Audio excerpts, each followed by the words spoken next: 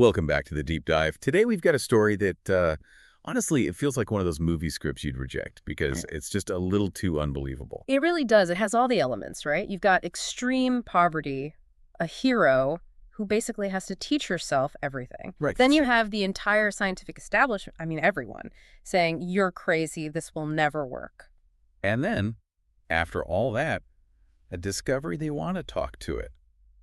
It just fundamentally changes how we understand life itself. And we're not being metaphorical. We aren't talking about the meaning of life. We're talking about the actual physical machinery. And nuts and bolts. The factory floor of biology, really. We're talking about the ribosome and the woman who finally cracked its code, Ada Yonath. Now, before we get into the really heavy science, and we will get into it, because you can't appreciate the victory without understanding the fight. That's true. We just need to set the stage for the sheer magnitude of this thing. Okay, think of it like this. For decades, we knew DNA was the blueprint. The instructions, exactly. We knew they were in there, but we didn't really have a clue how the cell actually took those instructions and, built a living thing from them. The machine doing the work, the ribosome, was just a total black box. A black box that almost everyone in the field was convinced was impossible to open. That is the key. Impossible. Formidable. That was the word they always used. Formidable challenges. Which, is just the polite academic way of saying, don't even bother, you are going to fail. But Ada Yonath didn't listen. Thankfully. And because she didn't listen, we now have a radically different understanding of how antibiotics work, how drug resistance happens, and even, the very history of life on Earth. And the incredible part is she did all of it, starting from a place where she literally didn't even have money for a notebook. Let's start right there. Let's go back to 1939, the guerrilla quarter of Jerusalem. Can you sort of paint a picture for us? So yeah, 1939. This is pre-state Israel, so it's the British Mandate of Palestine. And it's a time of just incredible tension, of uncertainty. And for Ada's family, the Lifshitz family, that was her maiden name, it was a time of just grinding poverty. Her parents, Hillel and Esther, they were from Poland, right? That's right. They were Zionist Jews, and they had immigrated from a town called Zduska Wola in 1933. So they got out just in the nick of time, just before Europe really ignited. They got out, yes, but life in Jerusalem was not the promised land they might have hoped for. Her father, he wasn't a scientist or a professor. He actually came from a long line of rabbis, but in Jerusalem, he was running a small grocery store. And when we say grocery store, we shouldn't be picturing like a modern supermarket. No, not at all. This was a daily struggle for survival. The source material we have is very blunt about it. It just says they found it difficult to make ends meet. And I was really struck by the description of their apartment. It wasn't just a small apartment. It was, a few rooms that they shared with several other families? That was very common for the time and, for their economic situation. But you have to think about what that does to a child. Imagine the constant noise. Yeah. The absolute lack of privacy. No space of your own. None. You are literally living on top of other people. Yeah. There's no yard to run around in. There's no room for toys. And yet somehow, out of that cramped, loud environment, she develops this incredibly rich internal life. There's a note here where she recalls that books were the only thing she had to keep her occupied. That's the escape hatch, isn't it? When your physical world is that constricted, you expand the mental one. Books became her whole world. And, it also says something about her parents. How so? Well, they're struggling just to put bread on the table, but they clearly valued her mind. They knew she was bright. They made sure she went to a good school in Beit Hakerem. They did, and that's such a crucial detail, because Beit Hakerem was an upscale neighborhood. It was nowhere near where they lived. They couldn't really afford it, but they were determined to give her a proper education. It's that classic immigrant story, sacrifice everything so the kids can have a better life. But then, just as she's getting started, the floor just drops out from under them. Her father dies. He was only 42. Ada was still a young girl, just 11. And suddenly, that struggling grocery store, which was barely keeping them afloat, it's not even an option anymore. The family just collapses financially. Completely. They have to pack up and move to Tel Aviv just to try and find some way for her mother to support them. This is the part of the story where, for most people, the academic dream would just die. You lose the main breadwinner, you're in poverty, you move to a new city, you go find a job, right? You don't aim for a prestigious high school. You certainly don't aim for a place like Tikhon Hadash. That was a top-tier high school. But Ada had applied and she'd been accepted. The problem, obviously, was the tuition. There was just no way her mother could pay it. So you have this brilliant teenager, she's grieving her father, and she's holding an acceptance letter that's basically worthless. But she doesn't give up. And this is really the first time we see that stubbornness, that sheer force of will that's going to win her a Nobel Prize 50 years down the line. What does she do? She goes to the school as a teenager, and she strikes a deal with them. She tells them, look, I'll give math lessons to the other students if you'll let me study here. She offers to pay her tuition that way. I just love that image. She's sitting in class next to kids whose parents can just write a check without a second thought. And she's there because she's going to be tutoring those same kids after the final bell rings. She's literally paying for her seat at the table with her own brain power. It sets a pattern for her whole life, doesn't it? It absolutely does. She learns right from the start that she has to work twice as hard as everyone else just to stay in the room. And she learns that her intellect is her primary tool for survival. And speaking of her intellect, it's around this time she reads a biography that makes a huge impression on her. Marie Curie. The famous Polish scientist. It makes perfect sense, right? Here's another woman from Poland, from, difficult circumstances, who reaches the absolute pinnacle of science. It must have been so inspiring. But there's a really interesting nuance here. Usually when a scientist brings up Marie Curie, it's pure hero worship. She was my idol. I wanted to be just like her. But Yonath is very specific about this. She says Curie was an inspiration, but not a role model. It's such a telling distinction. A role model is someone whose life path you want to emulate, to copy. Yonath had no interest in copying anyone. She was fascinated by the science, by the achievement, but she was determined to forge her own unique path. She didn't want to be the next Marie Curie. She wanted to be the first Ada Yonath. It's that fierce independence again, that I'll find my own way attitude. So she finishes high school, paying her way with math lessons, and then she heads back to Jerusalem for university. To the Hebrew University of Jerusalem, and she just flies through it. She gets her bachelor's degree in chemistry in 1962. Then she immediately gets a master's in biochemistry by 1964. So you can see her moving from the pure abstract chemistry into the chemistry of life itself. Exactly. And then comes the big pivot, the move that really defines her entire career. She goes to the Weizmann Institute of Science for her PhD. And her advisor there is a man named Wolfie Traub. Right. And the subject she takes on for her dissertation is the X-ray crystallography of collagen. Okay, let's pause there. We need to break down X-ray crystallography because we're going to be hearing that term a lot. To the average person, I mean, that sounds like something out of science fiction. What is she actually doing? It really is a bit like science fiction. Okay, so imagine you have a tiny complex object like a protein molecule. You want to see its shape, but it's way, way too small for any normal microscope. Because it's smaller than the wavelength of visible light. Much smaller. A light wave just washes right over a protein like an ocean wave washing over a single grain of sand. You don't see the sand? So to see it, you need something with a much, much smaller wavelength. X-rays. But here's the problem. You can't focus X-rays with a lens like you can with light. There's no such thing as an X-ray microscope, so you have to do something clever. Okay, sis. You take millions and millions of your protein molecules and you get them to line up perfectly, all facing the exact same direction in a repeating 3D pattern. You grow a crystal. Like a tiny, perfectly organized army of molecules. That's a perfect analogy. A regiment of soldiers on a parade ground. Then you take that crystal and you blast it with a powerful beam of X-rays. Okay. The X-rays hit the atoms in the crystal and they bounce off. They diffract. They scatter in a very specific pattern of spots that you capture on a detector behind the crystal. So you don't get a picture of the molecule itself, you just get a pattern of dots? You get a diffraction pattern. It looks like a complex star map. And then, and this is the genius part, you use some very, very heavy mathematics, something called Fourier transforms, to work backwards from the pattern. You're reconstructing the object by analyzing its shadow. In a sense, yes. It's like being in a dark room with an invisible statue. You start throwing thousands of tennis balls at it, and you mark where every single ball hits the back wall.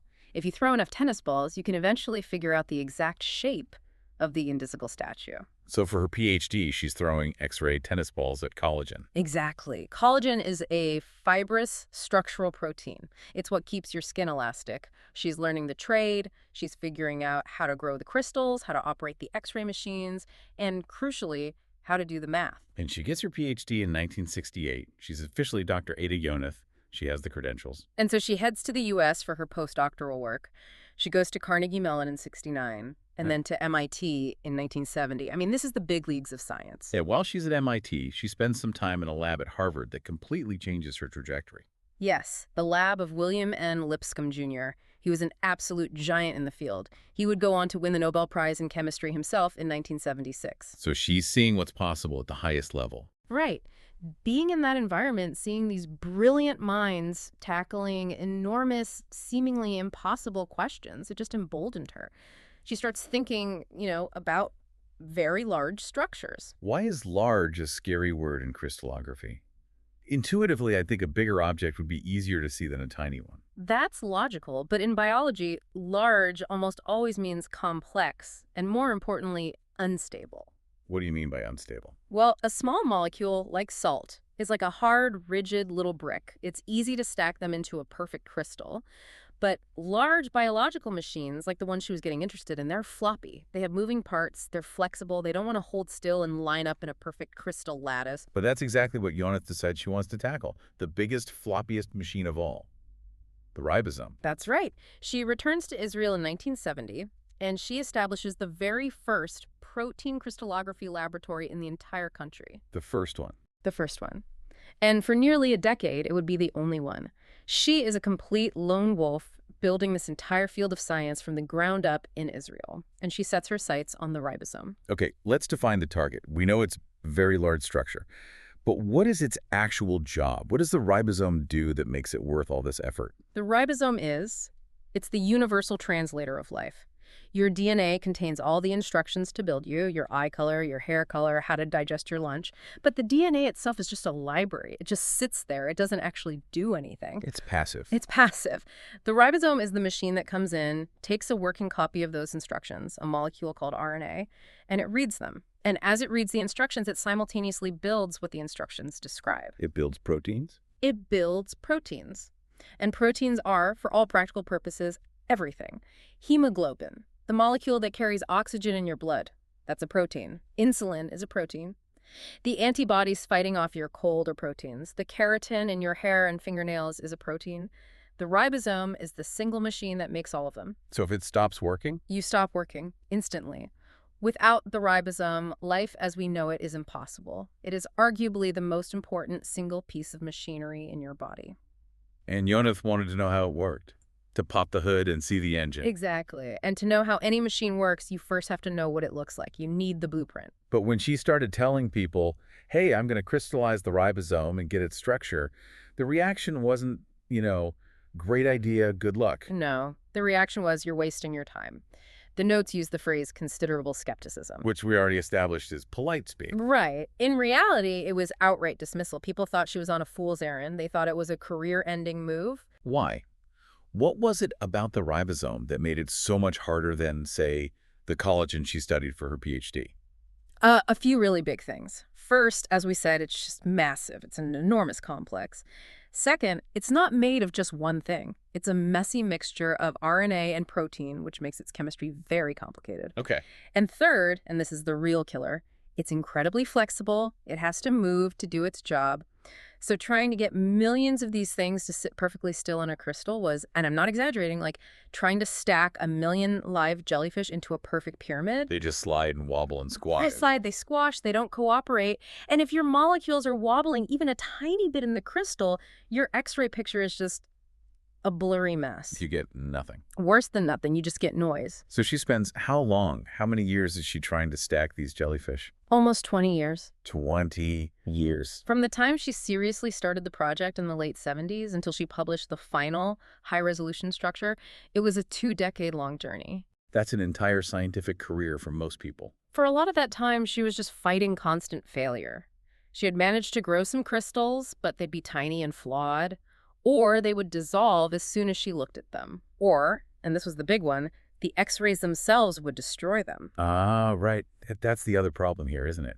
The tool you're using to see the thing is also the tool that's destroying it. It's the ultimate catch-22 of crystallography. To see the atoms clearly, you need a really powerful, high-energy X-ray beam. But high-energy X-rays are ionizing radiation. They literally cook biological matter. They snap chemical bonds. So the very act of taking the picture is incinerating your subject. Precisely. You'd turn on the beam, you'd get maybe a split second of data, and then your beautiful, precious crystal would just turn to mush. You could never collect enough data from a single crystal to build the full 3D model. Yeah. It really seemed like a fundamental law of physics was standing in their way. And this is the moment where Ada Yonath stops being just a persistent, stubborn scientist and becomes a true inventor. She comes up with a solution that nobody else had seriously considered. Cryo bio-crystallography. She freezes it. It sounds so simple when you say it like that, right? If the thing is burning up, just cool it down. But it's not as simple as putting it in your kitchen freezer. What happens when you freeze water normally? It turns into ice. It turns into ice, and ice expands. And more importantly, ice crystals are sharp, jagged things. Yeah. If you let sharp ice crystals form inside your delicate, perfectly ordered ribosome crystal, It would shatter it from the inside out. and a grenade going off inside it. So you can't have ice, but you still have to be frozen solid. That sounds like a paradox. It is, but she solved it. The solution is called vitrification. You have to cool the crystal so incredibly fast, we're talking about flash freezing, that the water molecules literally don't have time to arrange themselves into the structure of an ice crystal. They just stop moving right where they are. So the water becomes a solid, but without the crystal structure. It forms a glass, a solid amorphous state. She developed this whole technique of looping out a crystal and plunging it into liquid nitrogen or liquid propane at incredibly specific speeds and temperatures to achieve this glassy state. And what she discovered was that at these cryogenic temperatures, we're talking around minus 185 degrees Celsius, the crystals became incredibly tough. They could withstand the radiation. They could take the full blast of the X-ray beam for much, much longer. Long enough, finally, to collect a complete data set. And this technique, this wasn't just a solution for her ribosome problem. No, this was a revolution for the entire field. Suddenly, all those other impossible large structures, huge viruses, complex enzyme assemblies, they all became possible targets. She gave the entire field of structural biology a new superpower. So today, this is standard practice. Oh, completely routine. Every structural biology lab in the world uses cryocrystallography now. But they use it because she had to invent it to solve her own unsolvable problem. So she has the method. She can freeze the crystals, she can hit them with the beam, she can collect the data. And then finally, around the years 2000 and 2001, she gets the picture. She gets the picture. She publishes the complete high-resolution atomic structures of both of the ribosomal subunits. Wait, there are two parts to it. That's right. The ribosome is made of two pieces that clamp together. There's a small subunit whose job is to read and decode the RNA instruction sheet. And then there's a large subunit, which is the part that actually builds the new protein chain. She mapped both of them. So the 20-year quest is over. She opens up the black box. And when she looks at this map, this 3D landscape of atoms, what does she see? What were the big aha moments? The biggest, most profound discovery was deep inside the core of the large subunit. She found this one specific pocket, a region she called the universal symmetrical region. Universal as in, it's in everything. As in, it is identical in you, in me, in the bacteria on your skin, in a yeast cell, in an elephant, in a tree. It has not changed in billions of years of evolution. That implies that it must be the oldest part, the original engine. That's exactly what it implies. She had very likely found the proto-ribosome, the ancient original machine that first allowed life to reliably build proteins from a set of instructions. It's like finding a fossil, but it's a molecular fossil from the dawn of life. That gives me chills. She's literally looking at a piece of machinery that is maybe 3 billion years old. And that's not all. This region revealed something else that settled a huge, long-standing debate in biology. For years, scientists had argued about what was actually doing the work in the ribosome. Was it the proteins in the complex, or was it the RNA? The smart money would have been on the proteins, right? I mean, proteins are the workers of the cell. All the enzymes that do chemistry are proteins.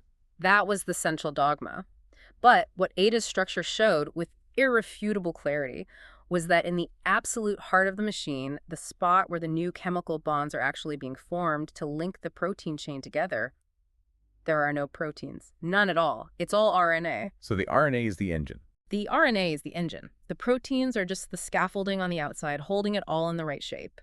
She proved definitively that the ribosome is a ribosome, an enzyme made of RNA. This completely flips the script on the old chicken or the egg problem of the origin of life. It's the strongest evidence we have for the RNA world hypothesis, the idea that early in life's history, RNA came first. RNA was the molecule that could both store information, like DNA, and do chemical work, like a protein. DNA and proteins evolved later. And he also found a tunnel. The source material mentions the ribosomal tunnel. Ah, yes, the tunnel. I love this part. Describe what that is. So as the ribosome is knitting together these amino acids one by one, it's creating a long growing chain, a little protein tail. And that tail has to go somewhere while it's being made. Yonath's structure revealed a physical tunnel about 100 angstroms long that runs right through the middle of the large subunit. It's the exit chute. It's like a birth canal for every new protein. It is exactly like a birth canal. But what she found later in even more detailed studies is that it's not just a passive pipe. The walls of the tunnel are active. They have gating mechanisms. The tunnel actually interacts with the new protein as it passes through. So it can, check the protein for quality? It can pause the whole process. It plays a role in regulation. She showed that there are dynamic elements in the tunnel involved in something called elongation arrest. It's an intelligent tunnel. It can sense what it's making and tell the factory floor to stop if there's a problem. That's unbelievably sophisticated. And we only know any of this because you figured out how to freeze it and take its picture. We had no idea before that. Okay, so we've got the origin of life, we've got the RNA world, we've got this intelligent protein tunnel. This is obviously huge for fundamental basic science. Mm-hmm. But you said at the beginning that this work also transformed medicine. How do we get from a frozen crystal in a lab in Israel to, a pill that I take for strep throat? This is where the story becomes incredibly practical. This brings us to antibiotics. We all take them, but I would guess most people have no idea how they actually work on a molecular level. Well, a huge class of our most important antibiotics, things like erythromycin, which is in the Z-Pack you take, clindamycin, tetracyclines, they all work by doing one thing. They attack the ribosome. They shut down the bacteria's protein factory. Exactly. If you shut down the factory, the bacteria can't build new parts, it can't repair itself, it can't reproduce, it just dies. But here's the obvious question. I have ribosomes. You have ribosomes. Trillions of them.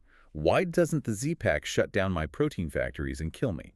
That is the multi-billion-dollar question in pharmacology. It's called selectivity. Right. And for decades before Yonath, we knew that it worked, but we didn't really know why it worked. It was a bit of a mystery. We just knew through trial and error this chemical kills bacteria, but it doesn't kill human cells. And Yonath's structure showed us the why. She showed us the why at the atomic level.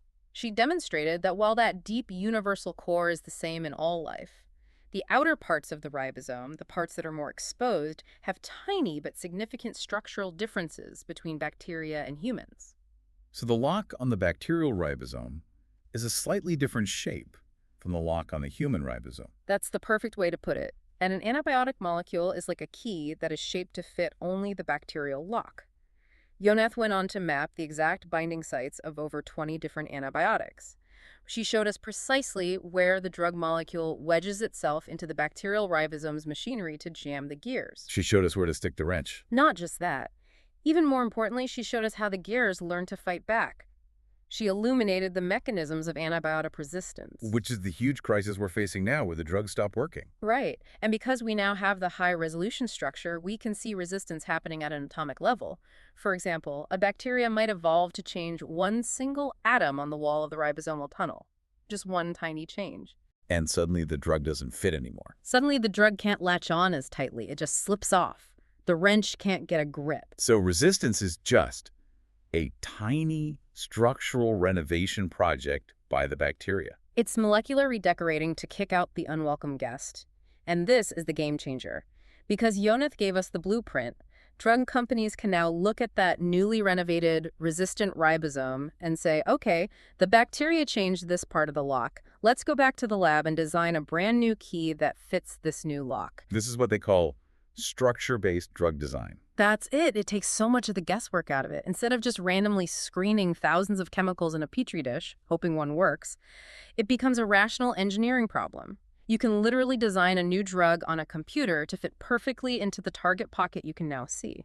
So you can design drugs that are more powerful or that specifically overcome known resistance mechanisms. Exactly. So if you or anyone you know has been cured of a nasty bacterial infection in the last 20 years, you owe a direct debt of gratitude to Ada Yonath's decades of work in that lab. It's just the ultimate vindication, isn't it? The formidable, impossible project that everyone told her would be a waste of time ends up providing the tools to save millions of lives. And, the world eventually caught on. It took a while, but in 2009, the phone call finally came from Stockholm. The Nobel Prize in Chemistry. She shared it with two other scientists, Venkatraman Ramakrishnan and Thomas Stites, who also did incredible work on the ribosome.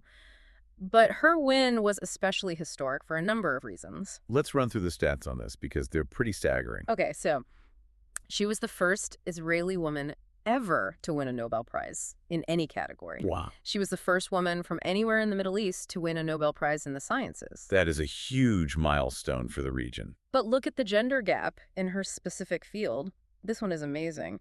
She was the first woman in 45 years to win the Nobel Prize in chemistry. 45 years? Are you serious? The last woman to win it before her was Dorothy Hodgkin, all the way back in 1964.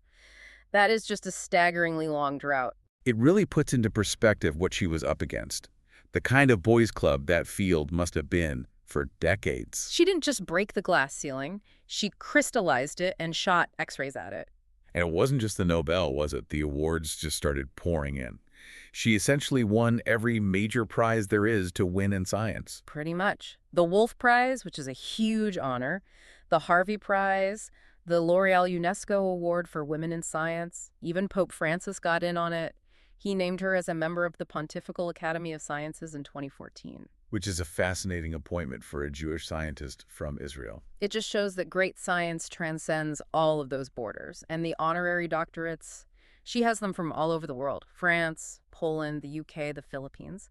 And in a really nice full-circle moment, Carnegie Mellon, where she was just a visiting postdoc back in '69, gave her an honorary doctorate in 2018. From a visiting researcher to a living legend. It's a pretty amazing arc. We've spent a lot of time on the scientist, and rightly so. But I want to spend a minute on the person.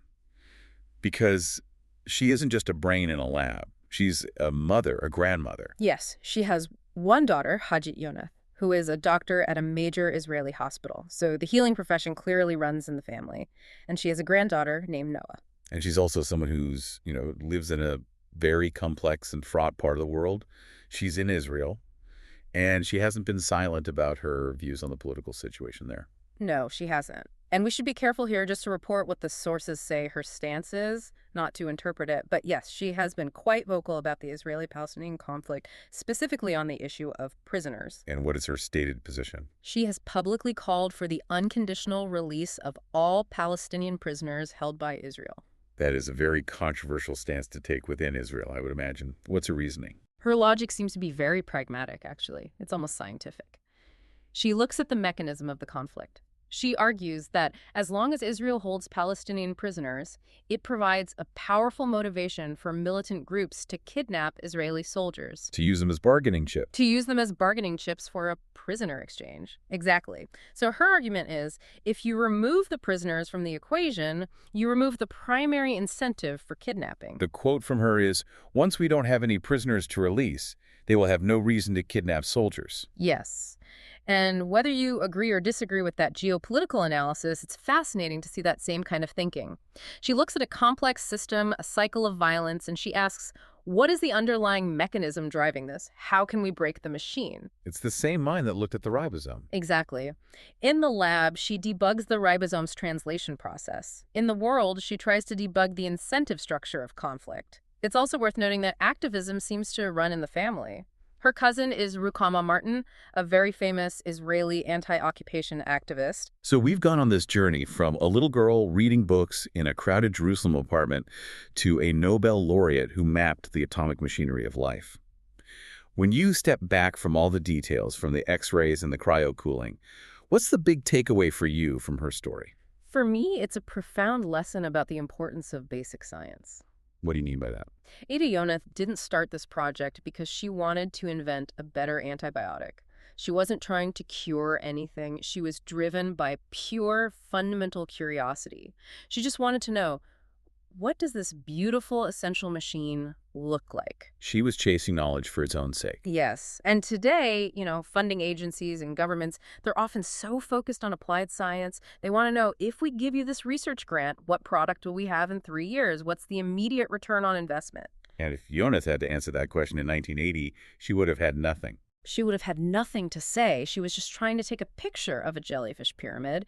But because she was allowed to pursue that useless fundamental question for 20 years, we got the cures. We got the new drugs. The applications follow the understanding. They have to. You cannot fix what you do not understand. You have to be willing to do the deep, slow, patient work of just figuring out how nature works first. And the other takeaway has to be just that. Yeah. That resilience, that stubbornness we talked about. Oh, absolutely. The obstacles were just, as we said, formidable. She was a woman in a deeply male-dominated field. She was working in a small country, scientifically isolated, far from the big, powerful synchrotrons in Europe and the US. And she was working on a problem that literally everyone who mattered said was impossible. She had every single excuse to quit. Any rational person would have quit. But she didn't. She just froze the problem until it stopped moving and she could finally solve it. You know, it makes me look at the world, at my own body, so differently. I just keep thinking about that ribosomal tunnel. Right now, as we're speaking, in every single one of the trillions of cells in my body, there are millions of these little machines just humming along, reading the tape, knitting proteins, pushing them out through that little tunnel. It's a constant, silent symphony happening in the dark. And for 3 billion years, it was completely in the dark. Until Ada Yonath finally figured out how to turn on the light. That's a beautiful way to put it. So here's the thought I want to leave our listeners with. Ada Yonath looked at the ribosome, which was the impossible structure of her day, and she invented a new way to see it using cryo technology. My question is, what is the next ribosome? What do you mean by that? I mean, what is the enormous, complex, messy biological structure or process that we are all ignoring right now because it's just considered too hard? What's the thing that the scientific community is telling young, stubborn scientists, don't bother with that, you'll fail? The physical basis of consciousness in the brain, maybe. The actual structures that hold a memory. Or the precise, tangled mechanisms of aging. The impossible is only impossible until someone stubborn enough comes along and invents a new kind of lens. Or a new kind of freezer. Ada Yonath cracked the code of life's factory, who is sitting in a classroom somewhere right now, maybe struggling to pay their tuition, who's dreaming of the next great code to crack. I can't wait to find out. Thank you for listening to this deep dive into the incredible life and science of Ada Yonath. It's a powerful reminder that sometimes the biggest discoveries really do come from the smallest crystals. And from the most persistent minds. We'll see you on the next one. Keep exploring.